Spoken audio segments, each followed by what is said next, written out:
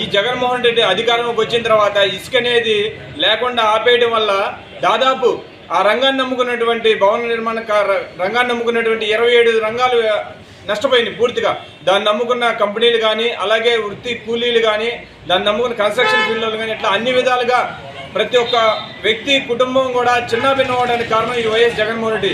కానీ ఈ ప్రభుత్వంలో ఇప్పుడు దాదాపు 2.5 ఏళ్ళ 3 ఏళ్ళ తర్వాత ఇసుక ఇస్తా కూడా అధిక రేట్లతో దాదాపు నారా చంద్రబాబు నాయుడు గారు ఉన్నప్పుడు ఇసుక యూనిట్ దాదాపు ఫ్రీగా వచ్చే రోజుల నుంచి వాళ్ళు 20,000 రూపాయలు యూనిట్ అయ్యే పరిస్థితి తీసుకొచ్చాడు జగన్మోహన్ రెడ్డి.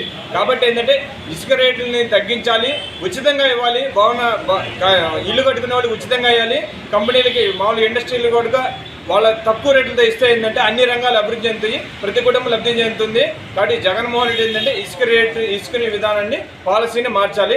నారా చంద్రబాబు నాయుడు గారు వస్తే ఈ ప్రభుత్వం, ఈ ప్రజలు కానీ, ఈ రాష్ట్రం కానీ బాగుపడుతుందని మా అభిప్రాయం.